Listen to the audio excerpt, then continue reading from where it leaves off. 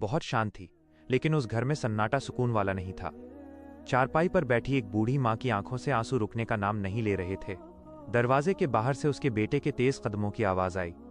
माँ ने धीमी आवाज में कहा, बेटा आज मत जाओ, दिल घबरा रहा है। लेकिन जवाब में दरवाजा जोर से बंद हुआ। उस बेटे का नाम आरिफ था, पढ़ा लिखा, समझदार और दुनिया की नजरों में बहुत कामयाब। लेकिन एक कमी थी, वो माँ की बातों को बोझ समझने लगा था। बचपन में वही माँ थी जो रात रात भर जागकर उसके बुखार में दुआ पड़ती थी, वही माँ जो अपने हिस्से की रोटी भी बेटे को दे देती थी। लेकिन वक्त बदला, हालात बदले और आरिफ का लहजा बदल गया। अब माँ अगर कुछ कहती तो उसे लगता पुराने जमाने की सोच है, इन्हें क्या पता आज की दुनिया, हर बात में टोकती रहती हैं। उस दिन भी माँ ने सिर्फ इतना कहा था, बेटा जिन लोगों के साथ जा रहे हो मुझे अच्छा एहसास नहीं हो रहा।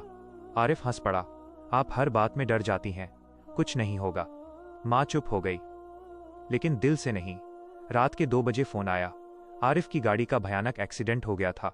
जब आरिफ को होश आया तो चारों तरफ सफेद दीवारें थीं, पैर हिल नहीं रहे थे। डॉक्टर की आवाज कानों में गूंजी, रीढ़ की हड्डी को गंभीर नुकसान पहुंचा है। उस पल आरिफ को पहली बार एहसास हुआ, वो बिस्तर से उठ नहीं सकता।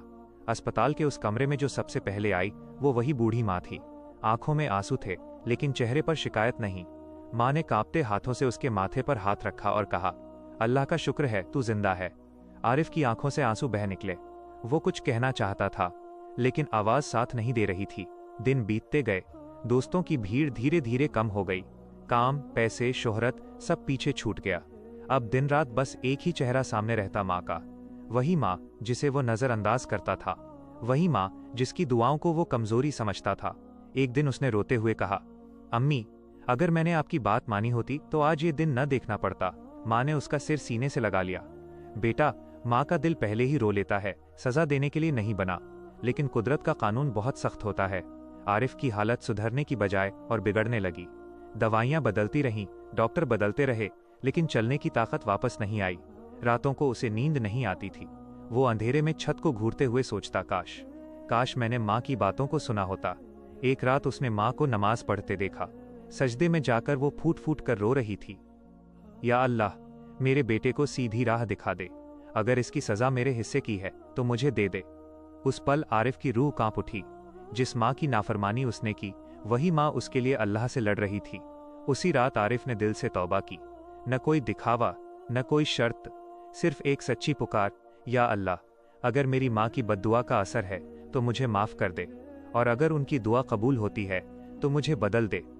चमत्कार तुरंत नहीं हुआ, लेकिन दिल बदल गया। अब वो हर बात से पहले माँ की राय पूछता। अब उसकी आवाज में घमंड नहीं था, अब उसकी आंखों में शर्म थी। महीनों बाद डॉक्टर ने कहा, पूरी तरह ठीक होना मुश्किल है, लेकिन अगर अल्लाह ने चाहा तो कुछ भी नामुमकिन नहीं।